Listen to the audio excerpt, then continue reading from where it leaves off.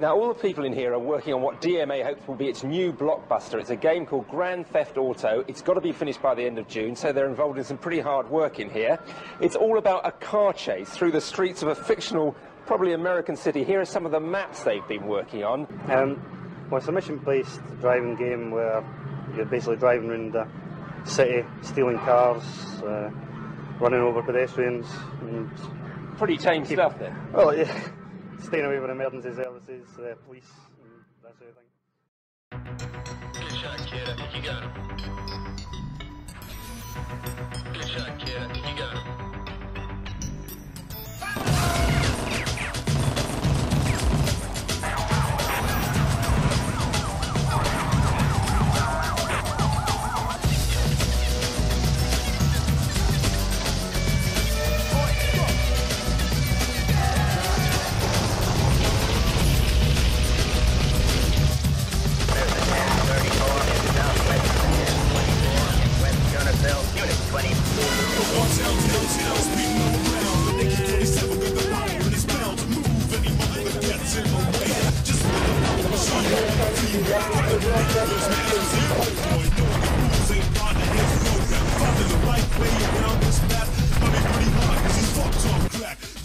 Been saving for a rainy day.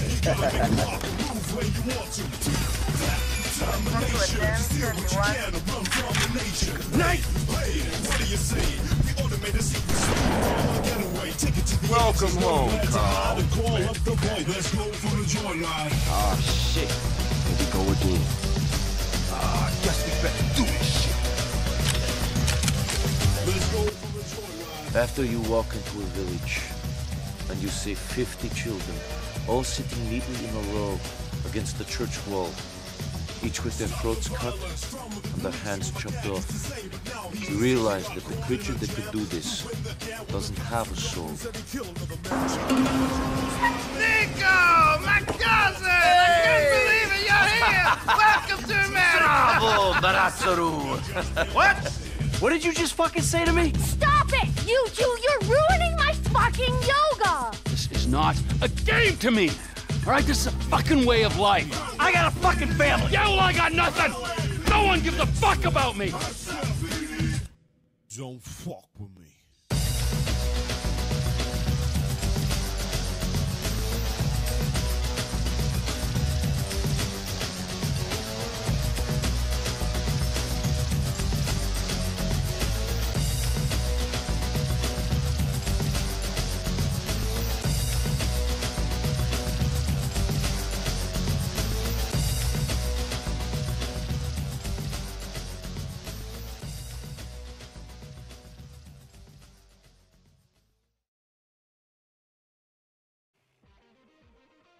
Grand Theft Auto. I'm sure you've heard the name Grand Theft Auto before, right? Whether it be the federal crime or the groundbreaking video game created by Rockstar Games.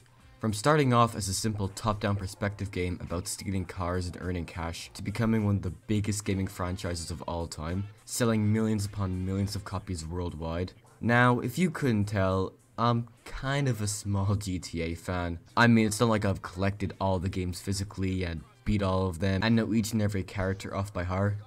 Oh hey, look, it's Riley's dad from Inside Out. But yeah, I love Grand Theft Auto so much. It's easily one of my favorite gaming franchises of all time, right behind Mario and Minecraft Story Mode. Yeah, I know what I said, and I don't care what you say. Minecraft Story Mode is a banger of a game, and you can't tell me otherwise. So today, I want to talk about the history of Grand Theft Auto, and how it went from this to this. Let's get right into it. Before we talk about Grand Theft Auto, we gotta talk about the studio that started the whole Grand Theft Auto series, DMA Design. The company was founded as DMA Design Limited in Dundee, Scotland in 1987 by David Jones, who brought on his friends Mike Daly, Russell Kay, and Steve Haymond. During its early days, DMA Design mainly made games for the Amiga, Atari ST, and Commodore 64. They created a lot of successful shooter games such as Menace and Bloody Money, but then they turned to platform games after they released Lemmings in 1991, which was a huge success and led to several sequels and spin-offs. In 1993, DMA signed with Nintendo to publish Uni Rally in 1994. DMA originally spent months studying how to develop games for the 3DO interactive multiplayer system, but then they cancelled their plans with 3DO when the success of Unirally led Nintendo to offer to publish an original DMA game for the upcoming Nintendo 64, which was originally called the Nintendo Ultra 64 at the time. In response, DMA created Bloody Harvest, an action-adventure third-person shooter, originally intended to be a launch title for the Nintendo 64 in 1996. Unfortunately, Bloody Harvest received multiple delays following Nintendo's various issues with the content and how graphic it was. Nintendo decided to ultimately scrap the game, which was later published by Gremlin Interactive and Midway Games in 1998. With the history of DMA Design finished, it's now time we start talking about the game that started the whole Grand Theft Auto series, and that game is none other than Race and Chase. Alright, let me explain. In April of 1995, DMA Design began developing a new game called Race and Chase. The game would have been a cops and robbers type game, where the player could either play as the cop or the robber in multiple game modes. The game was estimated to have a 4-year-long development cycle, but it was actually made in just over 1 year. DMA was mainly inspired by the game Elite from 1984 when making Race and Chase. Now, GTA and Elite are completely different games, but they're mainly inspired by the open world feel of Elite. Now, the development of Race and Chase was messy to say the least. It had multiple issues, like the developers having trouble getting the game to actually work, trying to fix the million bugs and glitches in the game, trying to fit the big open world map into the game, and trying to get the game to be fun and enjoyable because they found that the game was very boring. Playing as the cops just wasn't as fun as they thought it would be. They got more enjoyment out of playing as the bad guys. Causing havoc and mayhem around the cities was much more fun than following the rules and the law as the cops. They were close to bagging the game altogether, until they came across a very interesting glitch in the game. Instead of the AI police simply pulling you over, they would ram into you and go out of their way to take you down. They found this glitch to be very fun and eventually decided to completely scrap Race and Chase and make a new game around this glitch. This was also around the time when two British brothers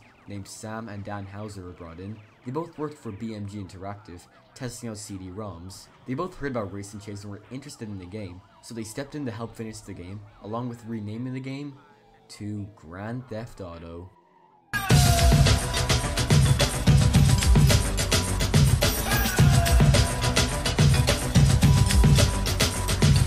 So in Grand Theft Auto 1, you can play from many different characters and go around the 3 major cities in the game: Liberty City, based off of New York, Vice City, based off of Miami, Florida, and San Andreas, based on San Francisco. The player will go around doing missions for multiple gangs, earning money, and rising up the criminal ladder.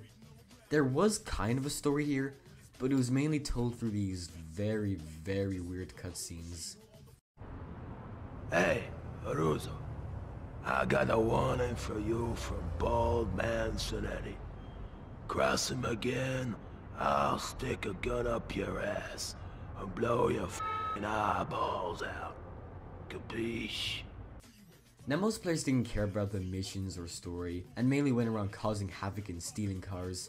This was the main appeal and selling point of the game. You can go around and do whatever you want basically, and this caused lots of controversies, as parents and corrupt politicians were worried that this game would cause their children to actually commit these crimes in real life, even though the game was rated 18s, which means people over 18 could only play the game. But still, people got worried that the game would cause violence and shit. The game was slated to be released for MS-DOS, Windows 95, PlayStation 1, Sega Saturn, Game Boy Color, and the Nintendo 64. It made it to all of those consoles, except the N64 and Sega Saturn. When it was released in the summer of 1997, it was a huge commercial success, selling millions of copies.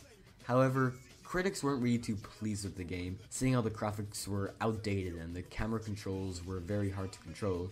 But still, it was a humongous success, and the next step for DMA was to make more Grand Theft Auto games. Now, before I talk about the other Grand Theft Auto games, first I need to talk about how Rockstar Games was actually formed. Basically, a load of confusing business deals were made where DMA was now owned by a company called Take-Two Interactive. Take-Two brought on 4 of BMG's executives: Sam Houser, Dan Houser, Jamie King, and Terry Donovan. They brought over to New York to establish Rockstar Games as the high-end publishing label of Take-Two, with Sam Houser being appointed as president of Rockstar Games, Dan Houser being appointed as vice president of creativity, Jamie King being appointed to vice president of development, and Terry Donovan being appointed to managing director. Now, with Rockstar Games established and DMA being under Rockstar's wings, They would set out to create some awesome games, and they were ready to pump out more Grand Theft Auto games, which they did, and the next Grand Theft Auto game, Grand Theft Auto London 1969 was released in 1999. Now, there's not much to say about Grand Theft Auto London. It was simply a mission add-on pack for the first Grand Theft Auto, set in 1960s London with new weapons, vehicles, and new characters to select from, with even weirder cutscenes. Listen, right, we're looking for a lad who can do his stuff. I've heard you're a bit tasty, no messing around or you get a slap. Remember, I'm the monkey and you're the cheese grater, so no messing around. It was developed by Rockstar Toronto, formerly Imidcell. It brought the players to London, where they do missions for multiple gangs and earn money. It was basically Grand Theft Auto 1, but set in London. It was released in April 1999 for MS-DOS, Microsoft Windows and PlayStation 1, and later a downloadable expansion pack for London 1969 called Grand Theft Auto London 1961. It was announced in June of 1999 and was released later in July 1999. Both London games received generally favourable reviews and sold fairly well, but the real Grand Theft Auto sequel was right around the corner, and that sequel was... Now, Grand Theft Auto 2 was a sequel to the first game. The game focuses on the players as they take on the role of the criminal named Claude Speed, as they roam around a fictional futuristic city named Anywhere City, conducting jobs for various crime syndicates and having free reign to do whatever they wish to do and achieve their goal. The game introduced new gameplay elements such as improved AI, enhanced graphics, better vehicles, more weapons, and multiple gangs you can work for. And it's also in a new futuristic location. Another aspect about Grand Theft Auto 2 that stood out from the last Grand Theft Auto games was that it had a live-action 8-minute film associated with it, and a live-action intro. The film was filmed in New York and directed by Alex de Rakoff. The film was about Claude Speed going around Anywhere City, doing multiple jobs for gangs, and eventually getting assassinated by the end. Grand Theft Auto 2 was released for Microsoft Windows and the PlayStation 1 in October of 1999, and it was later released for the Dreamcast and Game Boy Color in 2000, and it received decent to mixed reviews. Most of the complaints were how it's not much different from the other Grand Theft Auto games in terms of graphics and gameplay, but the Game Boy Color version was received very negatively, but the game was still a modest success, selling a good few copies. Now, after the release of Grand Theft Auto 2, the new PlayStation was out, the PlayStation 2, and Rockstar knew that they had to make the next Grand Theft Auto game stand out from the other Grand Theft Auto games. And what did they do? They moved the camera behind the player instead of on top of the player. And that's how Grand Theft Auto 3 was made.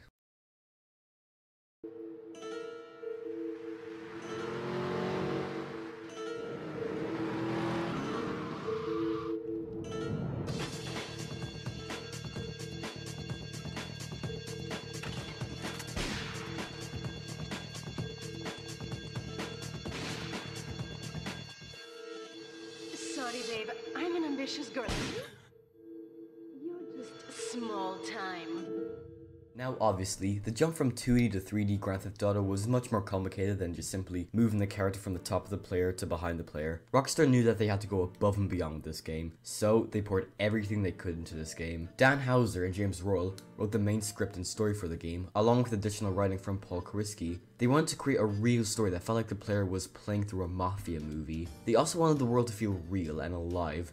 So Houser, Royal, along with Naveed Kansari, wrote lines of dialogue for pedestrians. So when walking around you could hear the pedestrians talking to each other or react to the player in a positive or negative way. This helped make the world feel much more alive and real than any other open world game released at the time. Another major add-on in Grand Theft Auto 3 was radio stations. Now there were radio stations in other Grand Theft Auto games, but they greatly improved them in this game. Dan Houser, along with the help of Laszlo Jones, a real-life DJ, wrote all the radio station dialogues. Each station plays different types of music and has different DJs, with Laszlo even playing himself on Chatterbox FM.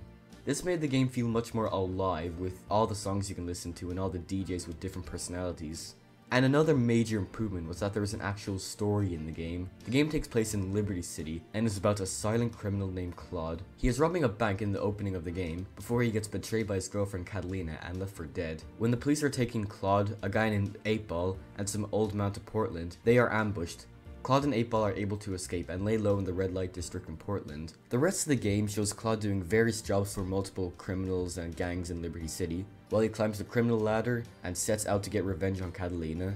To make the story feel like an actual mafia movie, they brought on big actors to play the characters around Liberty City. Actors like Frank Vincent, Joe Pantaleone, Michael Madison, and Michael Rampart, along with other incredible actors, all provided voices in the game.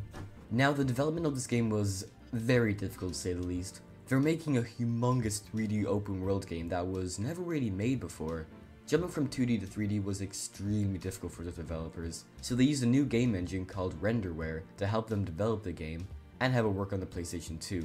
Leslie Benzies, the former president of Rockstar North, stated that they wanted to recreate the freedom and diversity of the previous games in the living, breathing 3D world, using the power of the PlayStation 2 to do so. PlayStation 2's ability to use DVDs, an improvement over the original PlayStation's limit to CDs, allowed the team to store more data, such as improved animations, which they animated using motion capture, music, and big and diverse environments.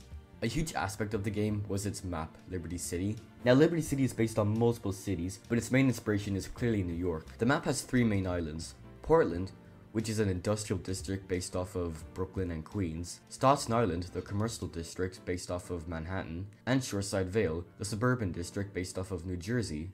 Now, while the map doesn't seem that big by today's standards, the map was huge and incredibly diverse in 2001 standards. Now, the map went through several changes during development, including moving the airport from north of Staten Island to south of Shoreside Vale. The game's graphics were originally very cartoony with bright colors, but at some point during development, they changed the style from bright and cartoony to realistic and dark. By May 2001, the game was almost finished and ready to be shipped to stores, and this game was hyped. People were dying to get their hands on this game, and with the game being set to release in early October 2001, things were looking great for Grand Theft Auto 3.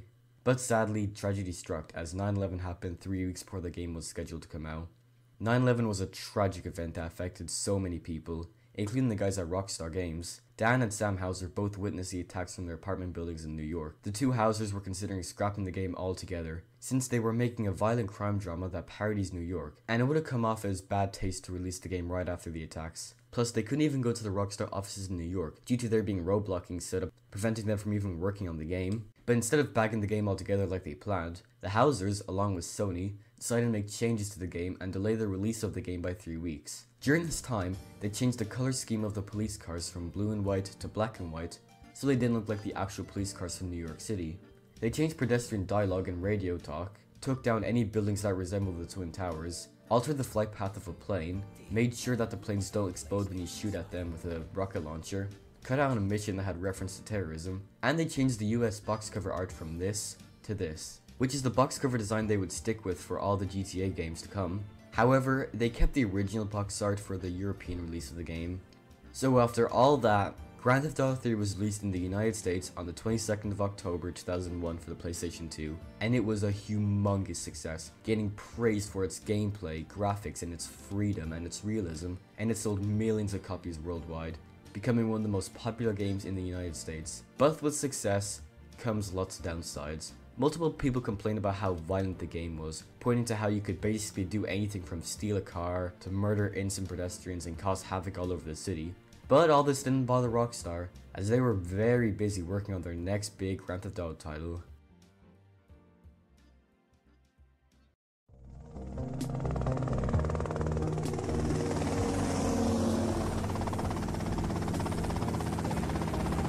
Okay, that's them in the chopper.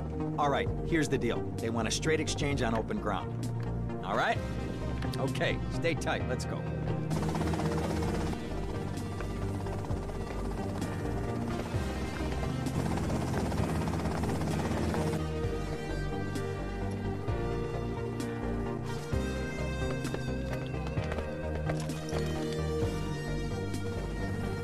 Got it? 100% pure grade A Colombian, my friend. Let me see it. The greens? 10s and 20s. Used. I think we have a deal, my friend. Oh, shit!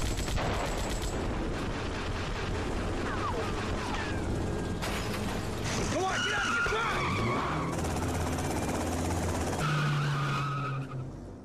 Now, Grand Theft Auto Vice City originally started as an add-on pack for Grand Theft Auto 3, which would have added new vehicles, weapons, and missions. But they had so many ideas that they decided to take the player to the vibrant and colorful 1980s Vice City based off of Miami, Florida, where the player takes control of Tommy Vercetti. Recently released from prison, he is sent over to Vice City to start a drug empire over there. After a drug deal gets ambushed, he goes out to get revenge along with taking over Vice City with help of many new and weird characters. Now, Vice City improved on almost everything from GTA 3. For example, GTA 3 had a silent protagonist.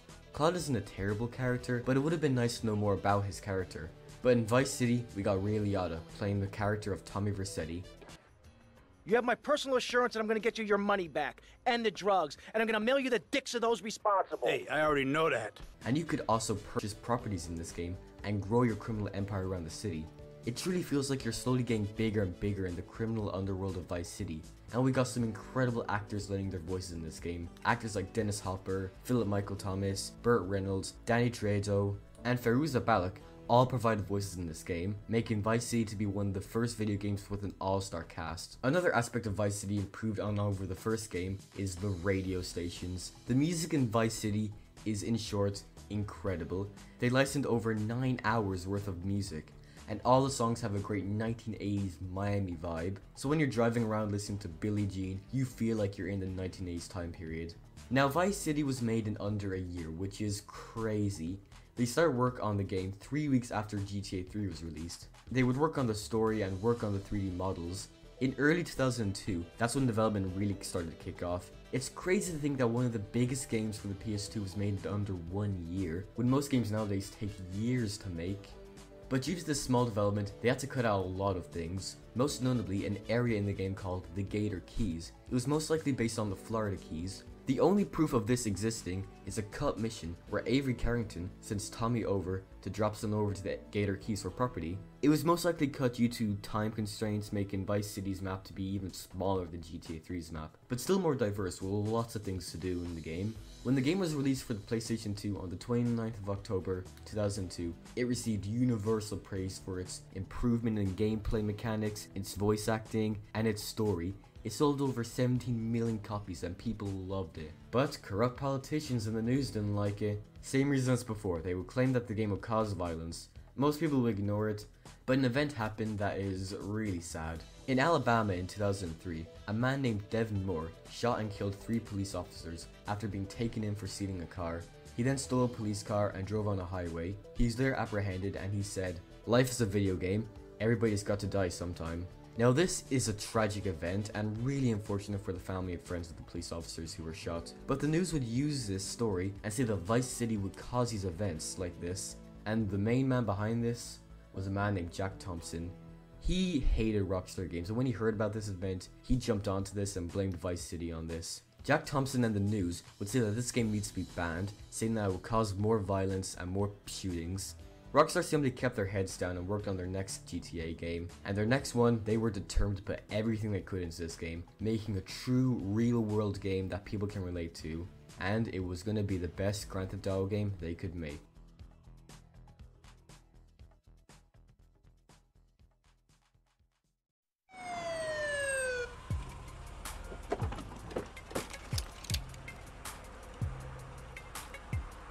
Passenger, show us your hand. Stop. Get down on your knees. Now down on your stomach. There you go.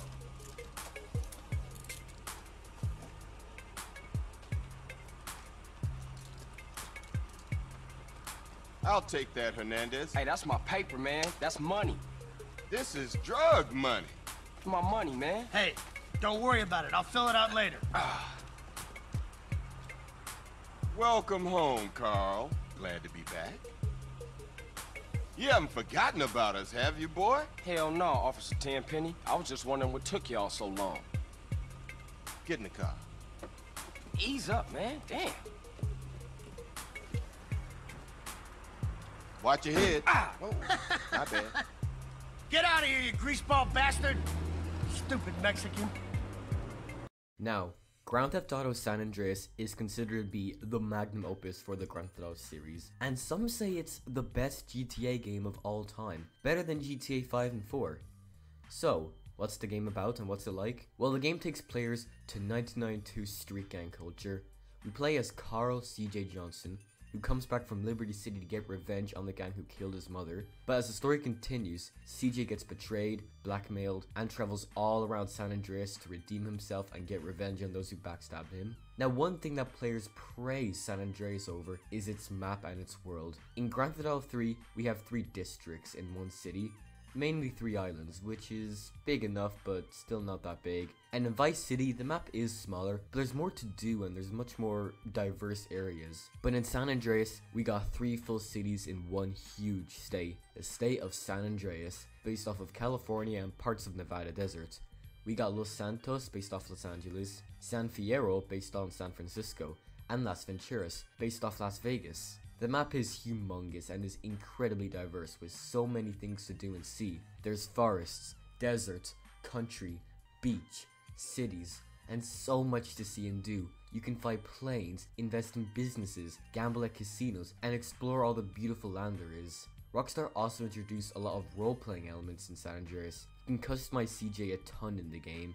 You can make him fat or skinny, muscular, change his hairstyle, and give him loads of clothes to wear, and even give him tattoos. Like, if he goes to the gym a lot, he'll become muscular. If you eat lots of food, he'll become fat. But if you don't eat food, he'll be skinny.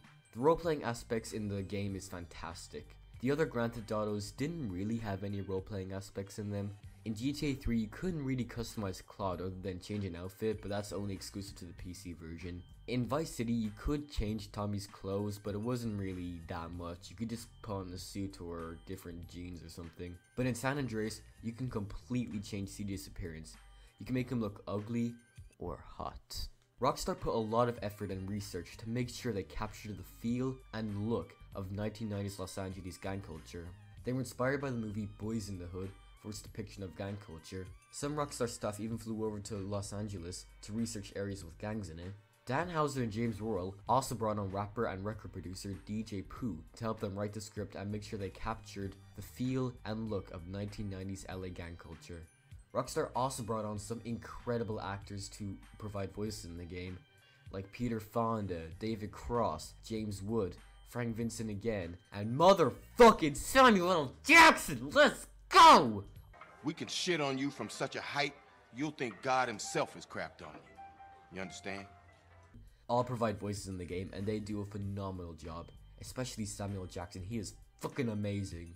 And the main protagonist is played by a rapper named Young Melee. He had no prior acting experience beyond a few shorts, but he does an incredible job of playing CJ. It's a really good performance, and it's good Rockstar brought on a lesser known actor to play CJ. Oh, baby. I'm so sorry, baby. Well, what's that? You so right. Please forgive me, baby.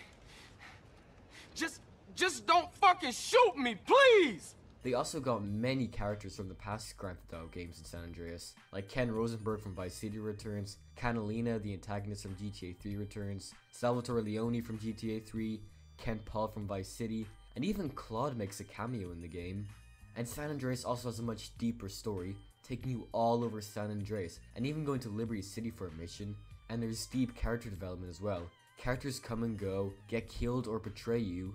The past 2 GTA games did have a story, but San Andreas has a much detailed story with proper character development, and some people claim that San Andreas has the best story out of all the Grand Theft Auto games. Even better than GTA 5 and GTA 4. Now, because of all the things they put into San Andreas and all the things you can do in the game, it had a 2-year-long development cycle, which was much longer than Vice City's development. Rockstar was pushing the power of the PS2 to its limit, creating the biggest game for the console.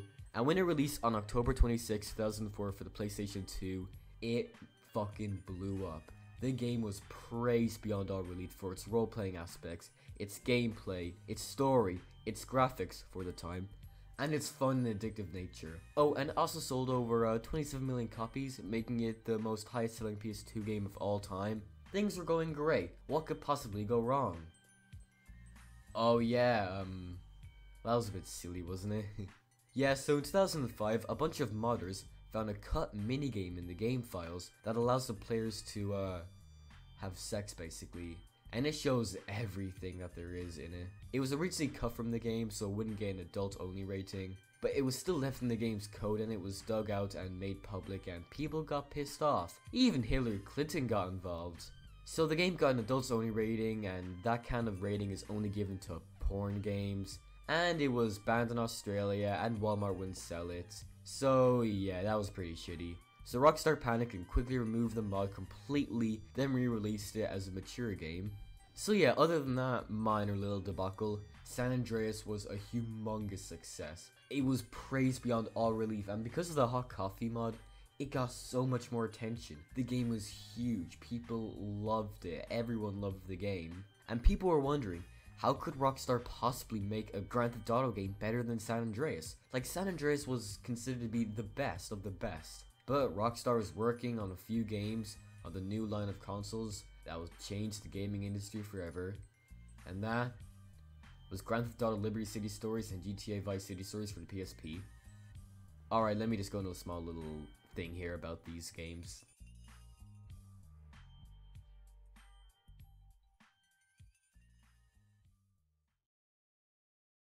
So right after the release of San Andreas, Rockstar released two prequel games to Grand Theft Auto, exclusive for the PSP. Grand Theft Auto Liberty City Stories, a prequel to GTA 3, and Grand Theft Auto Vice City Stories, a prequel to Vice City. Now, these are both made exclusively for the PSP and were later ported to the PlayStation 2. They both acted as prequels, with GTA Liberty City Stories taking place 3 years before the events of GTA 3, with the main character being Tony Cipriani, and Vice City Stories taking place 2 years before the events of Vice City, with Victor Vance as the main protagonist, who's Lance Vance's brother from Vice City. Now, both games did very well, selling over a couple million copies and getting great reviews. But San Andreas never got a prequel on the PSP. Why is that? Well, two reasons. One reason is that the map of San Andreas was simply way too big to port to the PSP. Like, the PSP was a portable console and I couldn't really support a map the size of San Andreas. And reason two is that there's already a prequel to San Andreas. It was a 22-minute short film called GTA San Andreas: The Introduction.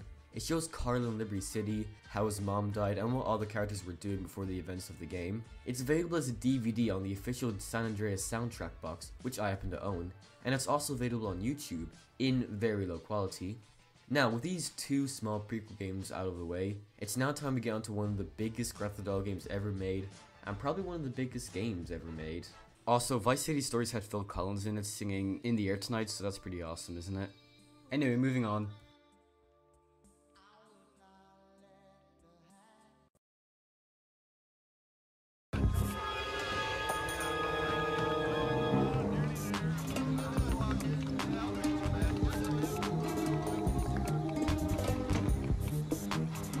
After the war finished, I couldn't get a job. Nobody could. So I did some dumb things, got involved with some idiots. Ah, we all do dumb things. That's what makes us human. Could be.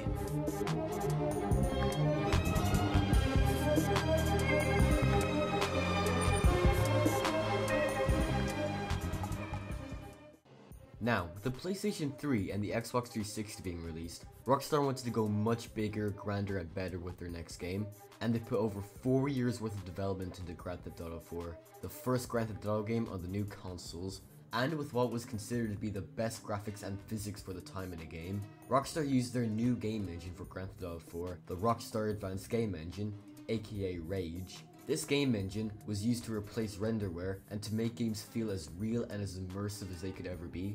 Now, Rockstar originally envisioned a ginormous map for GTA 4, bigger than San Andreas. Instead of 3 cities in 1 state, Rockstar envisioned multiple cities in 3 states. This original version of Grand Theft Auto 4 would have had places based off of real-life locations like New York, Brooklyn, Queens, New Jersey, Connecticut, the Hamptons, the Catskills, the Adirondacks, Buffalo, Long Island, and so many more locations. When the map concepts were brought to Sam Houser, he had a different idea in mind. I think what we're most looking forward to creating in a PlayStation 3 game is a truly realized, truly immersive, living, breathing world. This is what we live for. You know, every 5 or 6 years, this amazing company like Sony comes along and gives you this wonderful new piece of equipment that allows you to start unlocking your visions and unlocking the dreams that you've been having for however long. Instead of making a much bigger map than San Andreas, they decided to keep the map a bit smaller but improve on the gameplay elements. This included incredible graphics for the time, ragdoll physics, being able to walk into interiors and not have to wait to load, pretty bad driving physics, yeah I know what I said, and a world that felt real and alive. And even though the map is smaller than San Andreas, it's still one big city based off of New York and parts of New Jersey, so it's still a very big map. They wanted Grand Theft Auto 4 to feel like the most realistic and immersive Grand Theft Auto game of all time. Over 70 employees flew over to New York and researched the area so they can perfectly capture the feel of New York City in Liberty City. Now I know what you're wondering, what's the game about? Well, the game is about Niko Bellic, a Serbian man immigrating to Liberty City to start a new life with his cousin Roman. He wants to leave his life of war crimes behind him, but he gets involved in even more crimes and ends up doing jobs for multiple gang lords and corrupt businessmen. What's funny is Grand Theft Auto 4 was actually announced 2 years before it was released, and was announced as a tattoo at the Microsoft event. By a clever reveal, I'm not gonna lie. When the first trailer for Grand Theft Auto 4 was released, people were blown away by the almost realistic graphics. Expectations for this game were really high, especially when Rockstar delayed the game from an October 2007 release to an April 2008 release to improve the game. But they mainly delayed the game because developing games for PlayStation 3 was very difficult. I don't know why, but I just know that the PlayStation 3 was quite a nightmare to develop games for. And when more trailers for the game were released online, the more people got hyped over the game. The hype for this game was big, even bigger than GTA 3's hype. And when the game was released on the 20th of April 2008, it proved to surpass the hype around it, becoming one of the biggest games of 2008. Everyone praised Grand Theft Auto 4 for its graphics, gameplay, environment, and its story and characters. GTA 4 had such a deep and emotional story about family, war, immigration, and the corrupt crime world of Liberty City.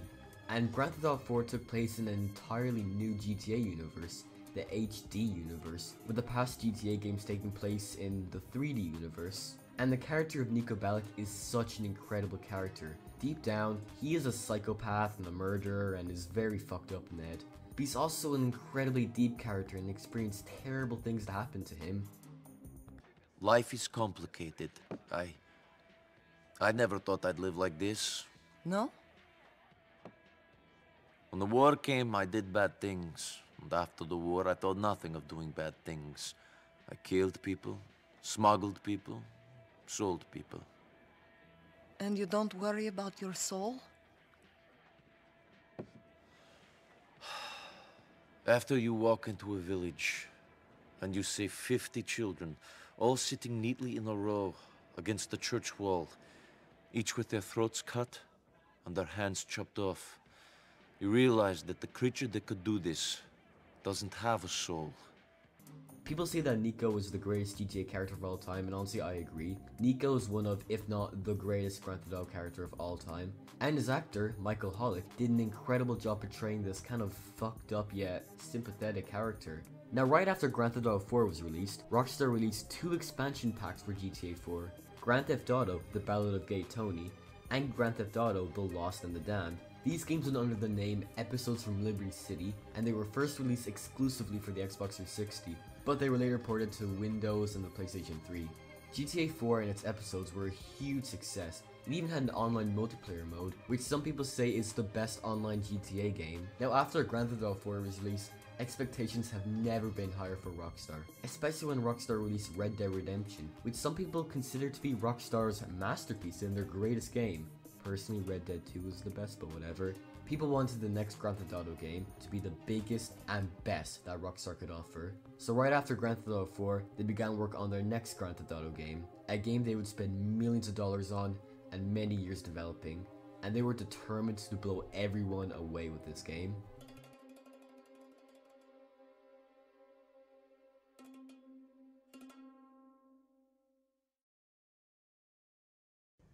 They got me right fucking here.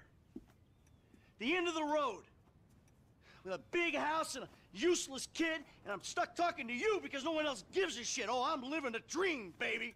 And that dream is fucked. It is fucking fucked. Let it all out. I think I just did. Oh. Well, I think that's all we have time for. The same time next week? I guess. Oh.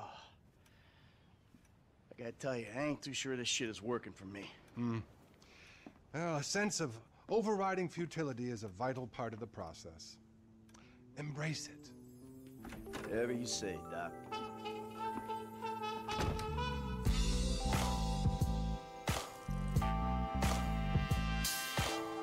Now, Grand Theft Auto 5 is, in my opinion at least, the greatest Grand Theft Auto game of all time, and one of my favorite games of all time. Everything about this game is just incredible. The graphics are phenomenal, the gameplay is amazing, the story, the characters, the world, and so much more is just amazing.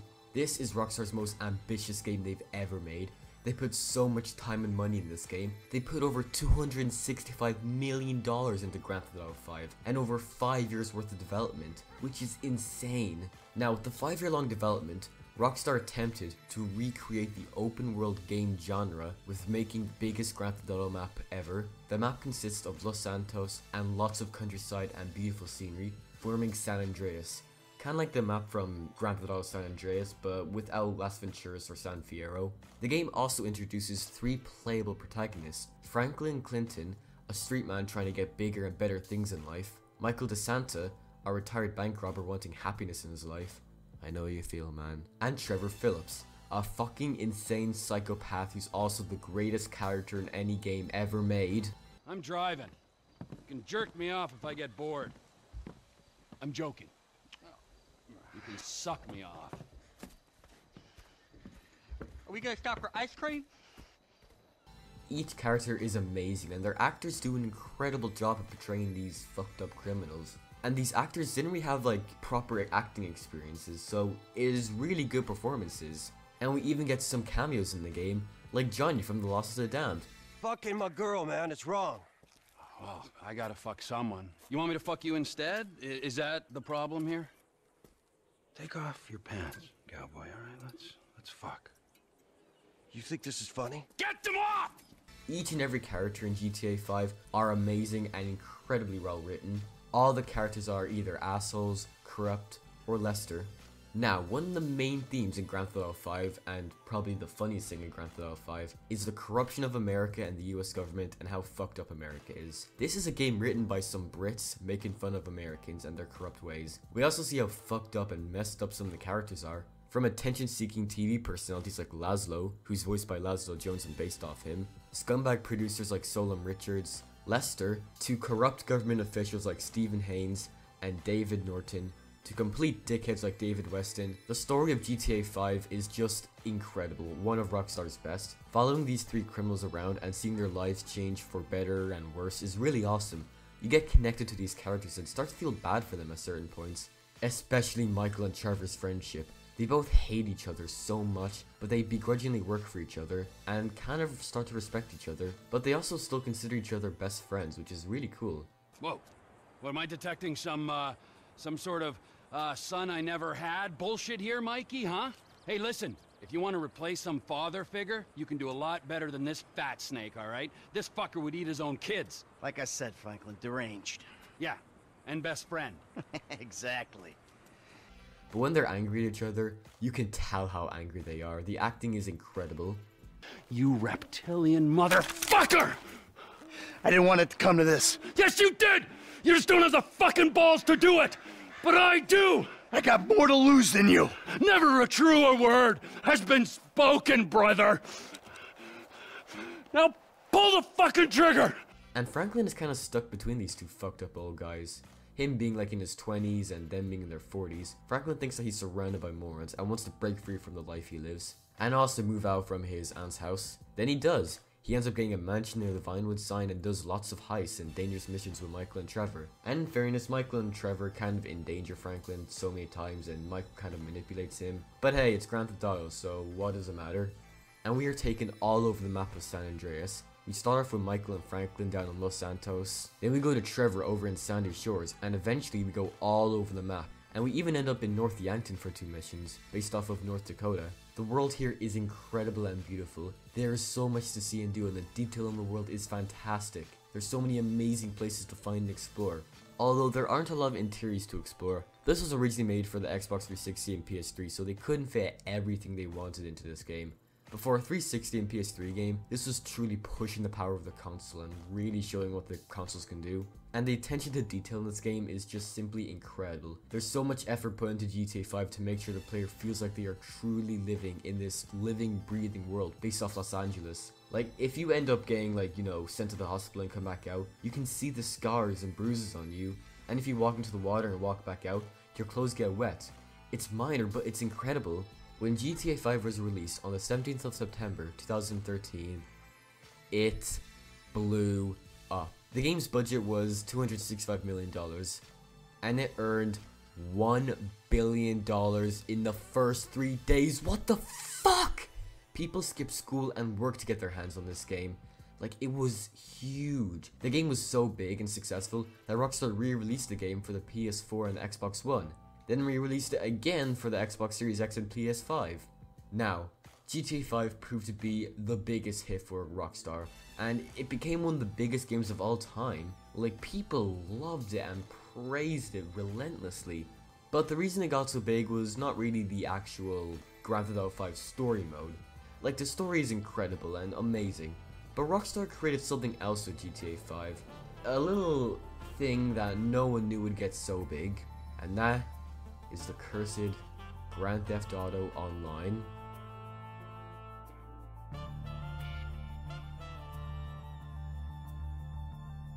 Now, in my opinion at least, Grand Theft Auto Online is really not that good, in my opinion. Basically, GTA Online exploded with millions of players buying shark cards and grinding on it. Rockstar had no idea GTA Online would get so big so quickly, and they saw money to be made. So for the next 7 years, they focused on Grand Theft Auto Online and not much else.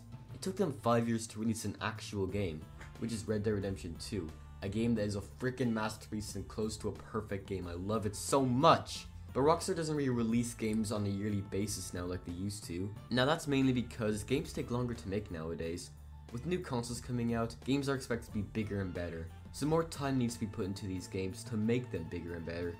But Rockstar nowadays puts way more time and money and effort into GTA Online. And I guess Red Dead Online, but I'm pretty sure that game's dead. All Rockstar talks about on their social medias is GTA Online and Red Dead Online, and it's all they seem to really care about. Red Dead 2 was released in 2018. People are always wondering what their next game is going to be, since they can't really rely on the game from 2013 and milk the online mode in it.